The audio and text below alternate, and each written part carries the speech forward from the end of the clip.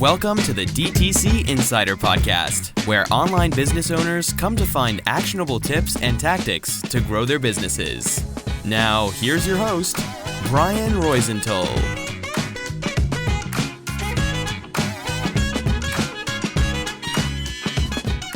Hey, welcome to another episode. Today, I'm super excited to welcome Lekha Vyas, the founder of ELVY Lab, a skincare and personal care brand that simplifies men's daily skincare routines. Lekha has over 15 years, that's a lot, of experience in the beauty industry, working for giants like P&G, L'Oreal, and Chanel. In 2022, she launched her own company. It's a men's skincare company, not for women, for men, driven by two core values, simplicity and performance.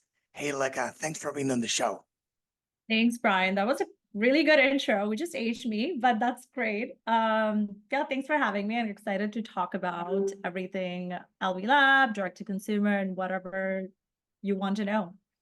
Yeah, so I want to know everything. I will tell you right now. And I'm sure the audience too, keep in mind the audience, we have fellow, founders or aspiring founders, people who want to start a company in this space or in a different one, why not? Or even we have, marketing directors, we have marketers as well. So I think this will be a very interesting one for all of them, actually, because we have a variety of topics to discuss today. So I'll get started with the first question I have, which is, how did you get where you're at today? You worked for these huge companies I mentioned in the intro. So what inspired you to leave and start LV? So, as you said that I have gained so much experience, and I do think I worked at Procter and Gamble, L'Oreal, Chanel, Estee Lauder. I was on the founding team for Gila Beauty. I was on Ellen Wow. DeGeneres Beauty. So I think once I did all of that, I always wanted to do something on my own, and I had always been very inspired by the men's space. When I was at P&G, Gillette used to be the monopoly in the market for grooming. Like there was no other razors. There was like these little dollar ones you would get at a dollar store. But besides that, it was all Gillette. And when I saw Harry's and Dollar Shave Club come and disrupt that space, nobody thought that could happen. Even at Gillette, people were like, it's fine. It's another new brand. It's going to die down.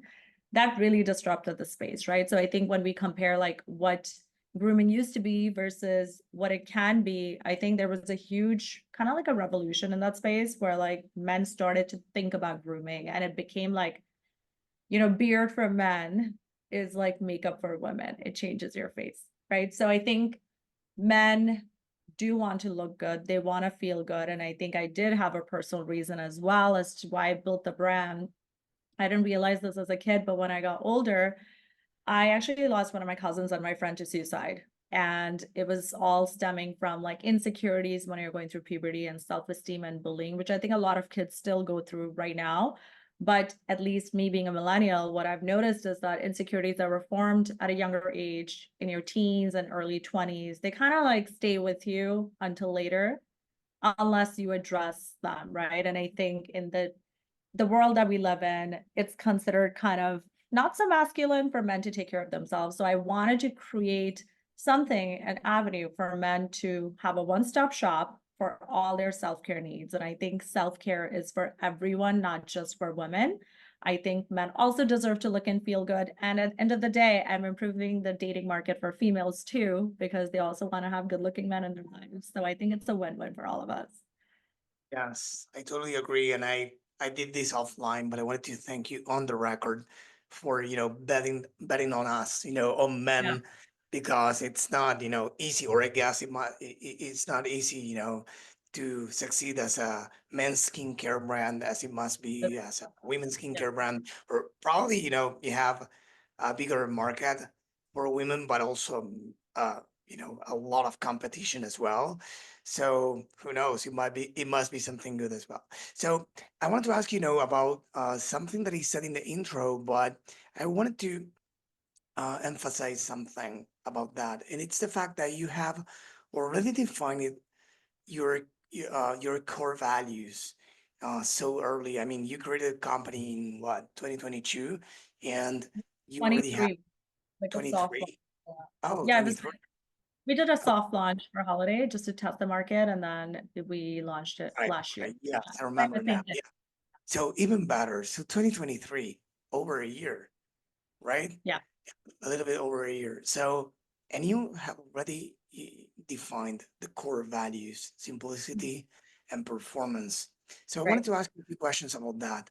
The first Yeah. one is, why did you decide to do that so early in their journey? And the second one is, how do they translate into, everything in your business, like product creation, hires, and everything else? For sure. I mean, the whole brand premise is actually why the brand even started was based on simplicity and performance. So when I came up with the idea, I actually built this company in a cancer ward with my mom. She was struggling with cancer at the time. And my mom was like, honey, don't you want to vet the market? And, I was like, just so sure about the space from a timing standpoint, because what happened with the COVID and Zoom culture, the attention is on the face, right? And as women, I can slap makeup on, but for guys, it's like, sometimes you have skin issues. The eyes are the first signs of aging, and men have complained about insecurities. And my mom was like, vet the market before you get into this, right? So I was like, okay, fine, we'll do consumer study. And what we found in the consumer study, it's the entire brand, even like the brand creation, the colors, the numbers, the formulation, everything was based on this consumer studies. We actually asked consumers, we vetted the market, asked 3,000 people to tell us, do they want a product for men? If men care about looking good, where do they shop? What are they looking for? What is the age range? What's demographic? Like everything you want to know about your consumer. And then we ask them, like, you're not buying anything today. And if you were to buy something, what are the few things that you would absolutely be a non-negotiable in your product? And the first thing was men are very simple creatures. They want something super brainless and simple, right? Even as a woman, I'm like, I don't want to stand at the counter and like read, oh, what is this toner? When do I put it on? Like there's like 10 steps for females. But for guys, I'm like, we'll just create the essentials. We'll make it super brainless, take the guesswork out of skincare. That's where our products are 1, 2, 3, 4. And then we're just gonna make sure it is backed by science. So I want to make it super clean, super green, but science backed. Like obviously I come from a very science backed family, and for me effectiveness was key. I've also worked in product my whole life, and it's like people don't know L'Oreal owns SkinCeuticals, they own Kiehl's, Estee Lauder owns the balance of the good brands on the space. So for me, like I've been so close to product and product development that I wanted to create something that is super effective and it works, right? So we kind of took the three things that men said: simple, performance, which is effectiveness, and then I added my touch of the aesthetics, which was, our packaging. Let me just grab the packaging so I can show Go ahead. you. For Oh, those you have. listening, she's grabbing one of the products. Yeah, let me just Yeah, share go that. find them. No worries. So like our packaging is basically no touch. So you just dispense the product on your, base. So you don't Yeah. double dip into jars cause contamination. So I'm always kind of like, we just want to make it so simple, easy to carry, super easy to travel with, and then make sure it works and it gives you that affordable luxury feeling, because men want that. They want to feel good about what they're using. And also from a consumer perception study, it's, P&G always says this thing, first moment of truth. So when you touch, feel, smell a product, it makes Yes. you feel a certain kind of way. So for us, I think the packaging was very key. And this product is like our eye cream. Just quickly about it, this is my Yes. favorite because it has these roller balls and that's patented. And when you Okay. apply it, the ingredients are, obviously very science backed, so they actually work. And that was like really the premise of simplicity and performance. So we joke about it for the Nike of skincare. Real quick before we continue with the episode, let me tell you something. If you own or work for a DTC brand and you're not hitting your revenue and profitability goals, you're not alone. Things are getting harder, and what used to work doesn't anymore. That's why it's important to find a business oriented partner that's focused on improving the levers that will change the game for your business. And believe me, it is possible. At BSR Digital, to give you an example, we have recently helped our clients generate between, listen well, 80 and 700K in extra monthly revenue. If you'd like to explore how we could do the same for you and your business, head on over to bsrdigital.com and book a call with us. Simplicity and Then, performance. okay, tell me about that. Nike of skincare is because of what you just said or because of something else? It's both, right? I think it is really because of what I said. So, Nike's thing is just do it. And they're a performance-based shoe brand, an athletic brand. So for us, we're a performance-based skincare brand that is simplified. So Yeah, that's really, simply. yeah. The other day I gave a workshop to a beautiful e-commerce community from the UK, and one of the key elements was something that I heard a while ago about Nike and Apple, and it was about having a unique personality, the branding effect, and it's not rocket science. All of us know it by now or about the importance of having a unique personality in a brand, but when I heard about this, the guy who was saying this asked the audience a question that resonated with me. So I included it in the workshop. And it was something like, if Apple had an hotel, the Apple Hotel, what would it look like? Can you imagine that? What about Nike? Can you imagine the Nike Hotel?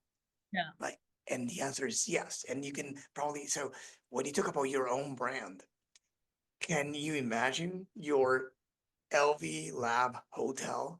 And moreover, can your team imagine that? Can your customers imagine Right. that? So the fact that you have a clear comparison to Nike, of course, it's a different category, different things, but the fact that you want to be like them, it gives you a clear guidance on many things, I guess, right?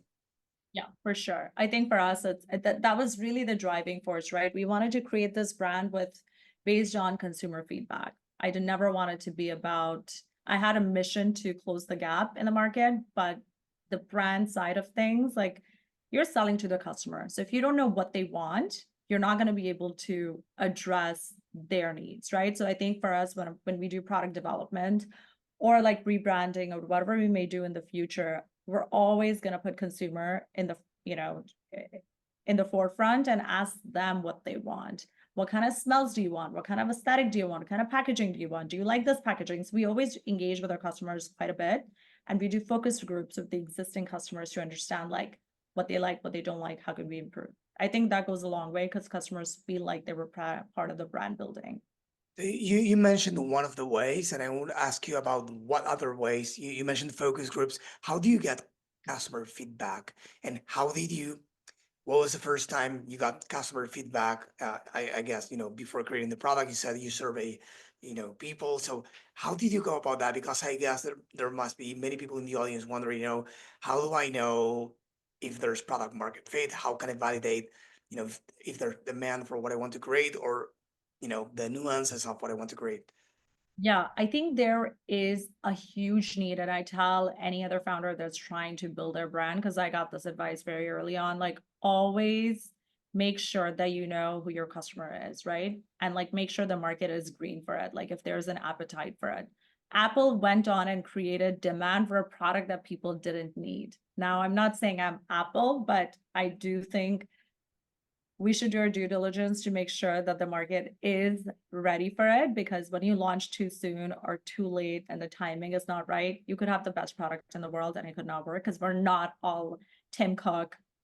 And I think it's really important to find where you can bet the product, right? I come from the beauty space, so I have done consumer studies before. So I knew like where to go. You can always do a quick Google search, ask other friends in the space to understand where you should consumer research. You of course have to pay for it, but that money goes a long way because it gives you just so much data and it bets your idea. And actually sometimes as a founder, you might have to pivot. You might be stuck so deeply onto something, but when you get the consumer data, you're like, oh my God, I was wrong about all of this. So I need to change this. And to me, that's actually a blessing, because if you rebrand after launch, that'll cause you a ton of loss financially. So it's better to spend that money up front, get the data, tweak what you have to, and then launch. Yeah, and I was talking about this workshop I did, and I'm going to do it again anytime soon for everyone in my community because I have never done that. I'm Yeah. terrified, to be honest. I do it in private communities always, but then with mine, I have never done it, so I need to do it. So, but anyways, I was the first item was like, it was like the 10 things every brand should have to be successful in 2024, high level. And there wasn't any shortcut or any trick or any tactic. It's all about going back to the basics and the fundamentals. The first one is having a great product. How do you make sure you have a great product, right? Because it sounds easy and obvious, but it's not, as you were saying. And not validating that. For example, one brand we had here in the pod, they sell sunscreen, protection, and it's a really good story. They did 63 blind tests, 63 blind tests, not 62 and not 64 because it was then when over I think it was 90 something percent of the people chose them over the competitors. So there are many ways brands validate Yeah. demand. Some brands, one founder, this is funny or funnier, I guess. They went to Central Park and to many other locations after with a sign. They sell, a kind of a revolutionary bag for multiple use case scenarios, blah blah. And they were like, ask us about our bags, in Central Park, and they got a lot of hype from that. And there are a lot of ways, but the most important thing is test whether there's demand for what you're Oh, for selling. sure. Yeah. And I And think for what we did, and I always tell skincare brands, anything that's topical, even supplements, like anything that consumers like ingesting or applying topically, it's touching your body. Please do a consumer study and do clinicals. And I think for, from a regulatory standpoint, if somebody is trying to launch a skincare brand, you definitely should do clinical testing. So we yeah, did 90-day testing. I was dying inside because my scientists were like, yeah, we're going to do this 90-day study. It's going to be better for your data. I'm like, I don't want 90-day study. And they were like, I don't care. We're going to do it. And my dermatologist was like, you're absolutely doing a 90-day study. He's like, you're lucky I'm not putting you through 6 months. I'm like, okay. So it gives you good before and afters. And I think it does make investors also like that data, right? And consumers like that data. So we actually do share that with our consumers on our socials. And it's nice to be candid when you do have that data. And if you don't get that results, it gives you time to tweak the formulation. I'd rather launch something right than launch it too soon because then you will have to pull it back out of the market and then again, money is lost, which I yeah, think a yeah. lot of people get so People thirsty. people interview here in the pod, we had like people mentioning going from launching a new product, an invention, let's call it that way, from I don't know, a few months or a year up to 10 years. 10 years doing that's Yeah. probably a lot, but for them it was necessary, you know, and non-stop, not interrupted, or no, 10 years of development. For others it was five, 2.5, etc. But Yeah. put your effort if you want to create something that's worthwhile. It doesn't need to be years. Sometimes you spent a lot of years already in the industry, right? Not everyone has that. Some people start from scratch and they don't have any experience at all. So they need to spend that time. You spent 15 Yeah. years in this space, and that's gotta be worth for something, right? Minimum people need to spend at least 2 years. And I come from the space and I still had to spend 2 years, right? So I think it's just, you can't take shortcuts on certain things. And I do highly Yeah, recommend people. I know a lot of people just private label things, right? And then they sell it. yeah. Doesn't work. It must, Sometimes it yeah. And you must be doing something good because not only, if you are, watching this or listening to this and you are already impressed by everything that she has done, well, listen to this. She has won already in only a little bit more than a year, 3 or 4 awards. Is that yeah. correct? That is Wow. correct.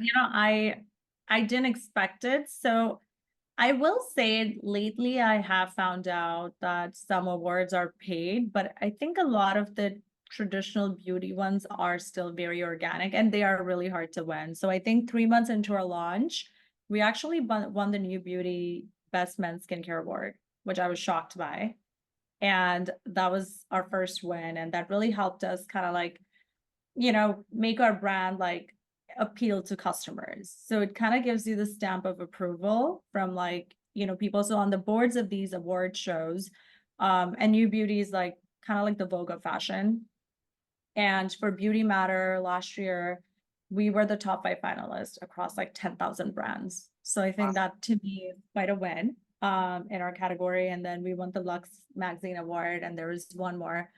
Actually can't think of it right now because I just got the email 2 weeks ago. But I think those awards have a jury of people that have been in the space, right? They know the products that they're looking for. There's a lot of editors because they get so many products and then they test it out.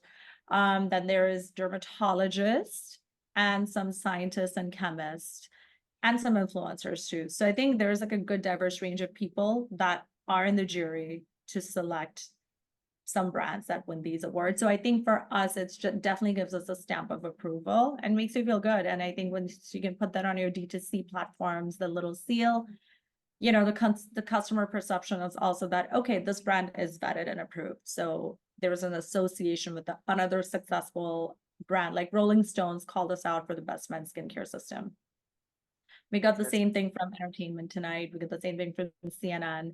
So I think for us, like these stamps of approval were so key, because when a man goes to your website or a woman goes to your website and they're like, oh, gift ideas for my boyfriend, and they see that stamp and the comment and like the logo of, let's say, Rolling Stones, I think that really helps drive that purchase, because people make emotional purchases and you have 5 seconds to sell them. Yeah, 100%. That's amazing. Congrats. I Thank wanted to ask you. you about, what is it like to be a woman founder of a men's skincare brand? I love the question. So I was at Cosmoprof, and Cosmoprof is a beauty conference, and we had a booth, and somebody came by, and I was just having a nice conversation with them, and they were like, God, I love your brand. This is great, da da da. But they were like, hold on, this is men's, and you're a woman. I'm like, yeah. And they're like, well, as a woman, why would you launch a men's skincare company? And my answer to them was a question. I'm like, do you know who's the founder of Victoria's Secret? It's a man. Do you know who's the founder of Pretty Little Thing, also $1 billion lingerie dress company? It's a man. And P&G is owned by pretty much a man. CEO is a man, and they have fem care products. So I'm like, if they can launch super female-oriented products, then somebody like me who actually comes from the space, and men actually rely on females for the decision-making of self-care products, I think I'm the ideal candidate for building a line that I have 15 years of experience in from a woman's point of view when men meet. So yeah, I think that was my answer, but I love answering this question. What was their reaction after that? They were like, oh, It was a mic drop, right? They were like, yeah, totally. so I just love that. 100%. And, you mentioned companies like P&G, L'Oreal, these giants in space, and somebody, listening to this, watching this and saying, hey, I love to start my company, but how on earth do you compete with these guys? Yeah, so you don't compete with them. That's a lesson Hey, I learned.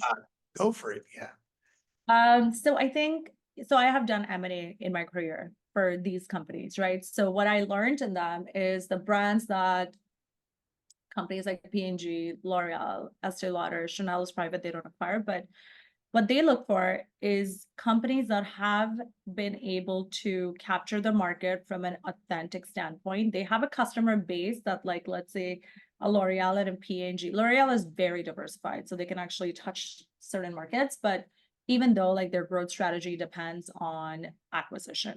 And this is just a trend now. Most companies, large parent companies, instead of building something from scratch, doing all the work, it is expensive to make a company. You just go buy data, you buy a company that comes with an existing customer base, and let's say my brand, right? Someday I do want to come full circle and get acquired by one of the big giants, because yeah, that would be my dream. But if I have been able to crack the code in the men's space and be able to create this loyalty across a certain demographic, that to L'Oreal is more beneficial than creating their own lines. So I think the founder authenticity, the knowledge, the way they have done the brand building, that to them is more valuable than trying to build their own brand. So that's what the giants look for. And so you don't really compete with them because you can't. I tried to compete even in the ad space. L'Oreal spends like millions of dollars, not even a million, but I think a day on advertising. So you can't, as a small brand, just compete with that, right? You have to build all your channels collectively in a strategic manner. So you're not just relying on one platform to drive revenue for you. It has to be diversified, but at the same time, it has to be strategic in a way where, like, you post something on social, it drives a sale on your website or Amazon or wherever you are selling. So it's kind of like that. And retail channels also depend on brands to do all the marketing, merchandising, advertising for them to drive traffic to the stores. So there's a lot on the brands, and it's not easy. Yeah, I've been discussing this at length with many founders and CMOs here. Some of them, they sell men's underwear, and you might be saying, but Calvin Klein and many other, big names in this space, how on earth do you compete with them?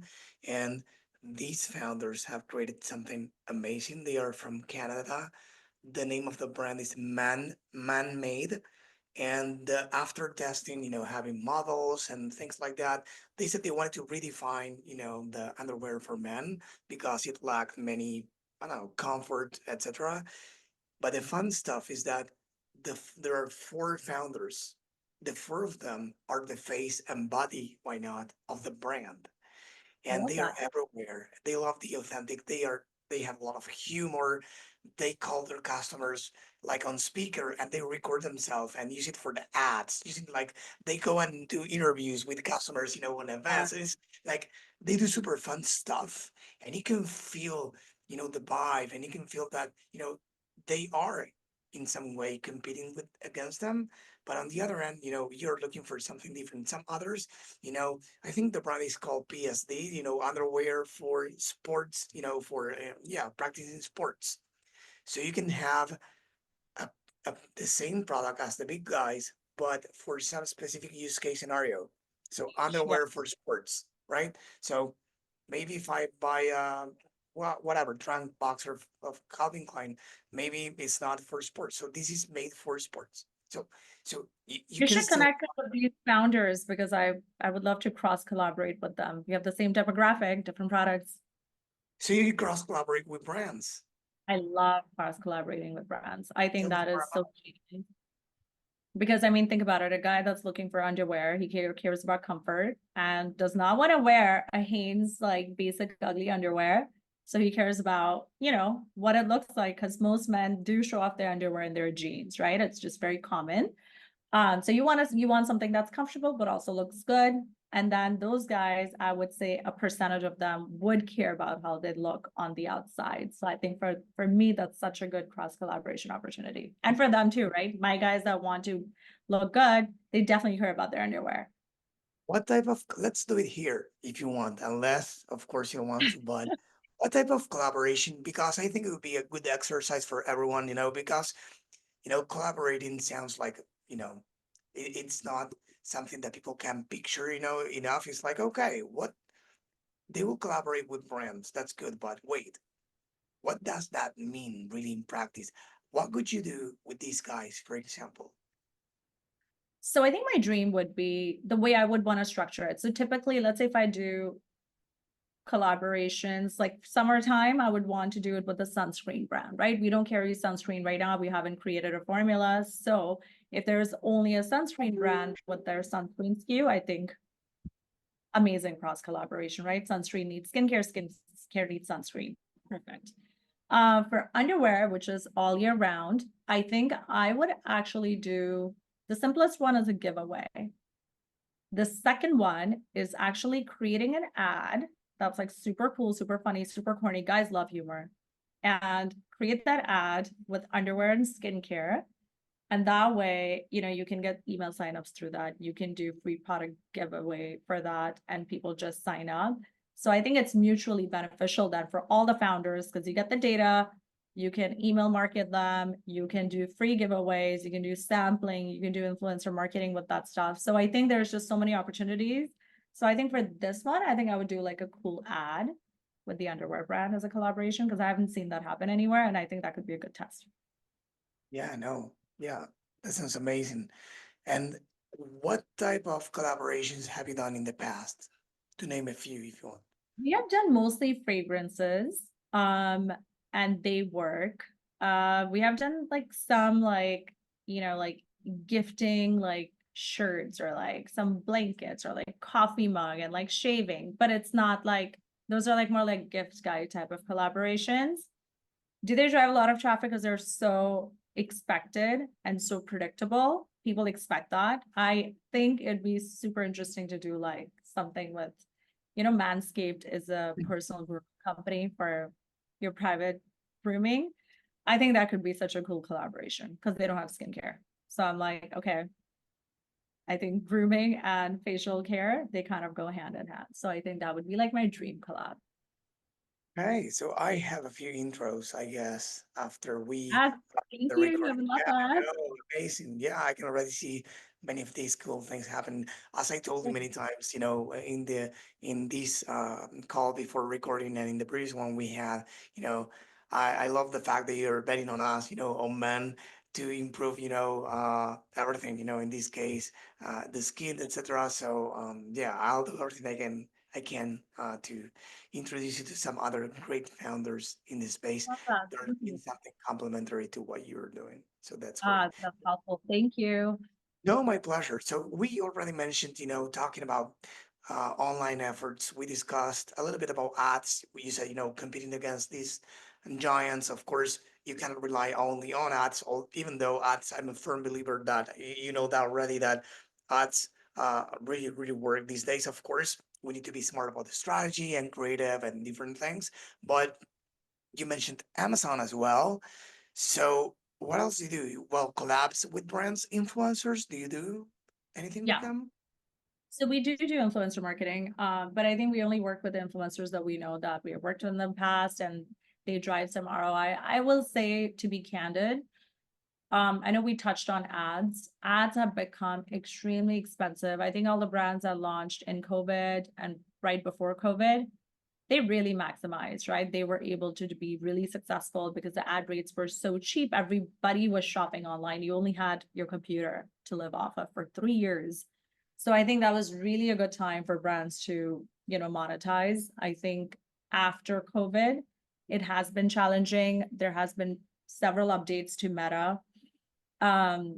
Google is super crowded too, and now people are testing TikTok. TikTok is getting crowded. The demographic runs a little bit younger versus where we play, so it's a little tricky. And I You think will be there's a lot of surprised. You will be surprised. yeah, we can Yes. discuss. I tested TikTok, so it was running quite young. However, I think there's like really not that much study around it. Like we knew Meta ads, like that was like the platform to play in for a long time. I think TikTok is still in kind of like in the learning phase for a lot of companies. Some people are doing so well on it and some people are just not. So I think I'm just in the gray area. Like I don't know if I want to be on that. But for us, Amazon had some proven success. We actually recently got burned by an agency that just didn't perform. So I think we're gonna have to restructure and kind of figure out what we do. But I think I truly believe Amazon is gonna be one place where men shop and there's one place to succeed in, because that you need to understand, again, where does your consumer shop? That is super key, right? For me, it's like my guy is not sitting on Facebook, to be honest. Like even if he is, like he's not buying from ads. To convince a man to like click on the ad and like it's hard. I'm sure Dr. Squash does it well. There's other brands that does it well.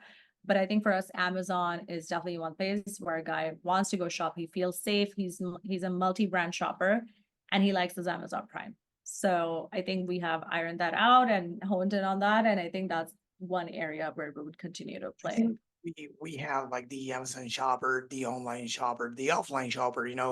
I Google for something, and my wife, instead of doing that, she goes to Instagram and searches for what she wants on Instagram. So I think these days everything's diversified.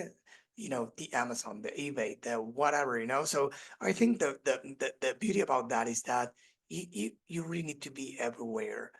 Being You need everywhere doesn't omnichannel. really mean to be everywhere, but in the applying the 80-20 principle, at least being in those, 20% of places that will, yield the 80% of results at least, right? So if you are in the top, performing channels, organic and, with paid as well, well, of course, we are talking about acquisition that includes email. Email is a very, very, like, let's say, big acquisition channel. It's not only a retention channel.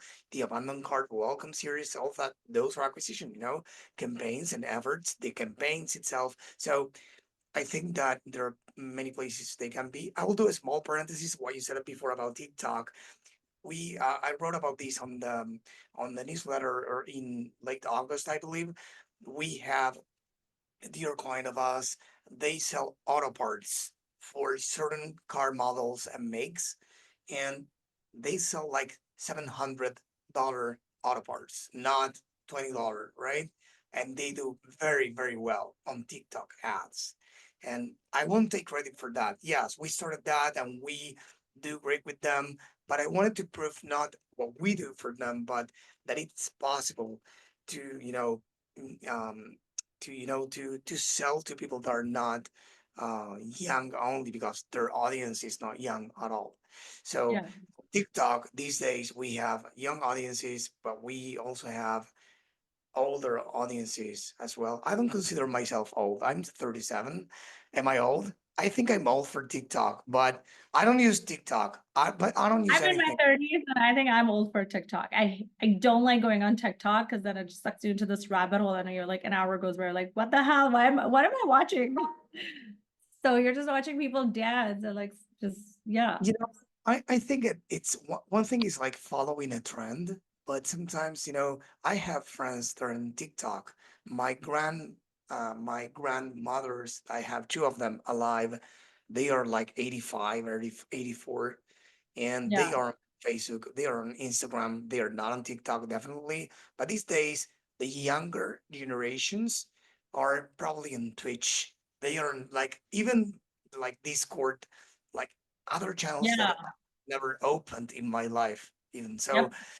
they're everywhere. But I quickly wanted to ask, is it me or you are also the face of your brand? You go out there and you create, let's say, founder-led content too. Yeah, I do that. So initially, actually, I got really bad advice at the beginning. Same thing going back to the idea of like, you're a woman, you should not be selling men's products. And then when I started selling, I was like, hold on, guys actually come to me. My guy friends are coming to me for advice on what to do for their skin. So I'm like, if I actually owned my experience, which I should be really proud of because I know exactly what I'm doing better than other founders out there that have successful brands because they have no idea what the hell they're doing, right? They just rely on a random person to like create the product. I'm actually building this and I know what works and I know what will make you look good. And I think I look pretty decent for my age. I think I'm in a very good spot to be able to give advice on what works, what doesn't, what you should do to take care of your skin. Because 80% of the consumer market is women heavy and women does make the decision of what to purchase for the household. And that includes men's everything from cologne to body soap to grooming to their razors, all of it, right? And men blindly trust the female head of the household to make that purchasing decision for them. So why should I not actually own this and sell directly to my customers? And I think a lot of times, a lot of my organic sales and repeat buyers have come from me directly selling.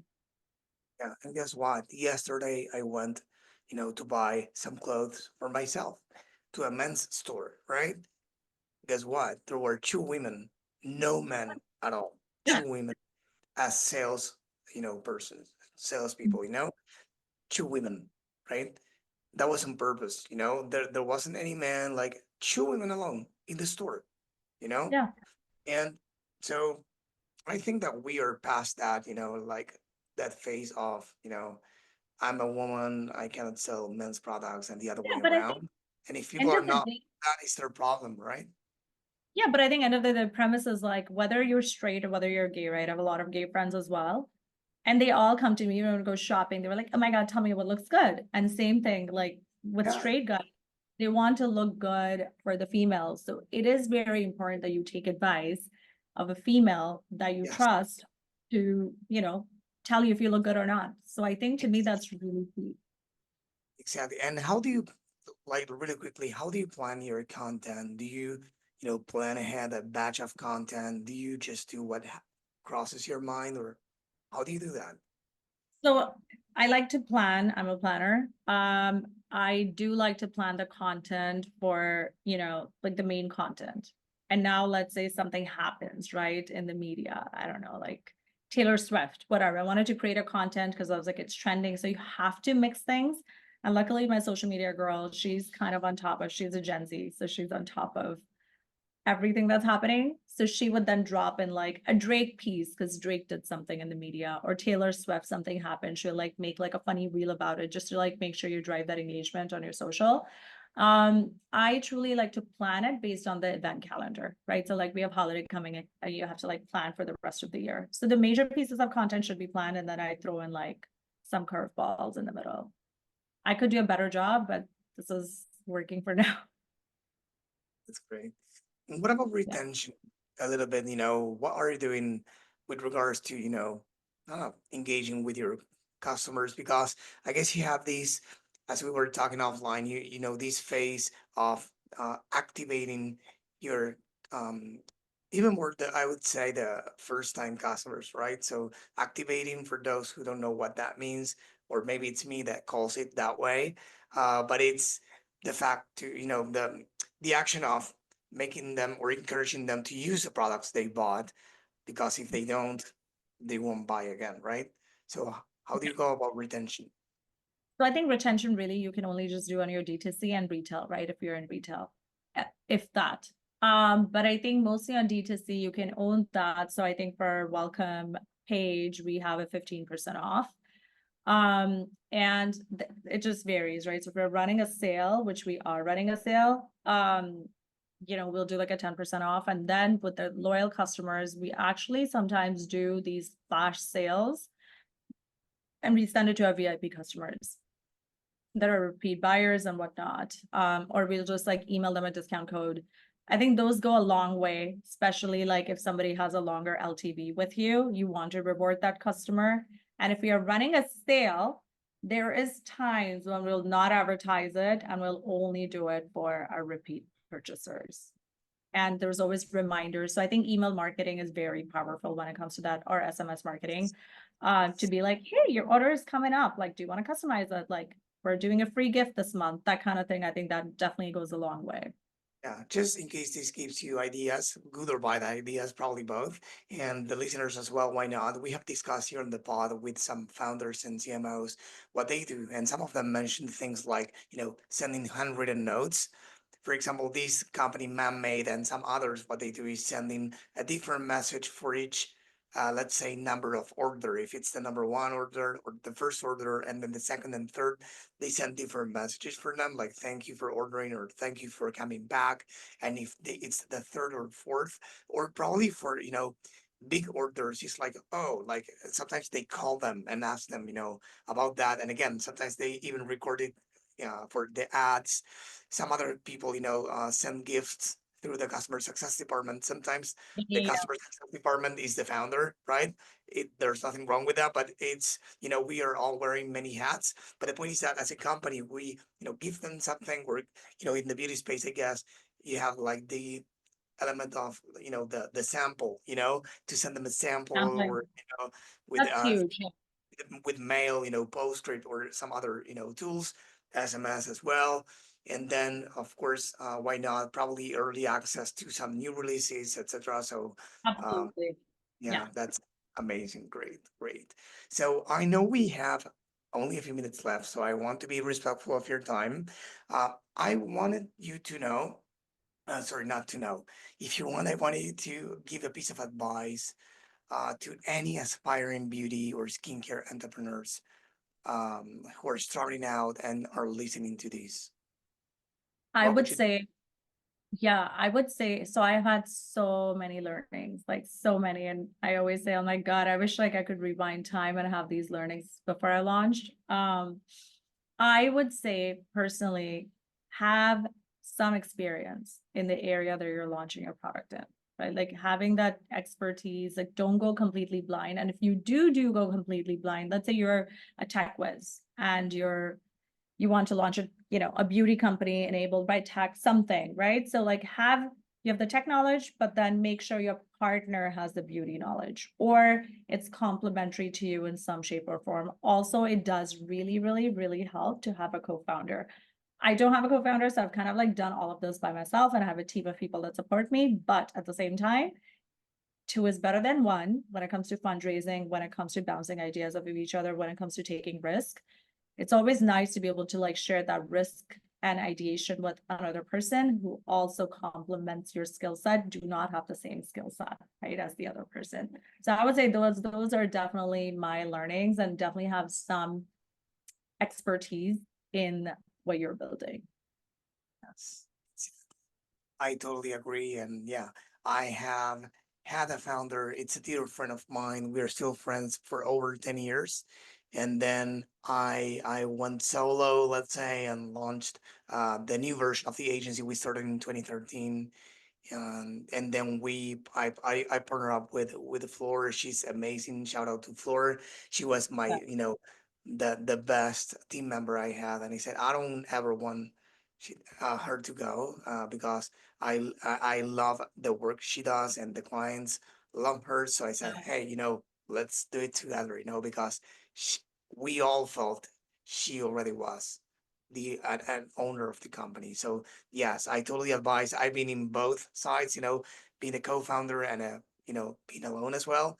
And a co-founder, it's really good. You know what? For me, it was really good in the low times, when I needed support, I needed to that, advice and those words to say, everything's going to be okay and we can do it. And because we all lose our minds, in this crazy journey that it's been an entrepreneur. There are ups and downs. It's a crazy roller coaster. Great days, you're celebrating, and then bad days, and then so we that sometimes comes in handy, when you have it. For sure. I think having support and, anyone that says, I did it all by myself. Nobody that has been successful has done it by themselves. And if you're doing it by yourself, I don't think you're very smart. So Yeah. all seek support from other people. And I think most of the times people are willing to help. Of course, there are some sharks and that will like take you Yeah. So, down. so Yeah, I had do a lot do of you have learning. anyone you would like to mention that has helped you along the way, or anyone you I admire? think some of my investors and some of my friends have actually that believed in me, and my mentors, like, my executives that, my CA, she's my chief legal officer from my last company. She treats me like a daughter, always gives me the best advice. I can actually confide in her and give her like the ugliest scenarios, and she always gives me the best advice. That's, of thinking about my well-being. It's amazing. Do you want to give her a shout out, to name her? No, I think I'm gonna keep it private because I don't like I publicize it without their knowledge. So yeah. Okay, amazing. So this was amazing. I wanted to thank you again for being here in the pod. For everyone listening or watching, everything is going to be in the show notes at the DTCinsider.com. Once you find the episode, you will see everything there, including, the website and anywhere else they can find you Our as well. social media, please. You can put my social media handle and my company's social media handle. And guys, we will be running when this podcast launches. We'll be starting our holiday sale. I believe sometime late October. So the code is holiday24, and you will also see that on the website. So yeah, come shop and buy your spouses a gift. Amazing. Thank you for that. So Holiday 24 is a promo code for buying products on the website. Of course, the link to the website will be on the show notes. Well, Lekha, it was a pleasure to have you here. Thanks again for being on the pod. Thank you so much, Ryan. It was a pleasure. Chat soon. This episode was brought to you by BSR Digital. We help DTC brands grow through paid ads and email marketing campaigns. If you'd like us to help your business grow, Head on over to bsrdigital.com and schedule a call with us.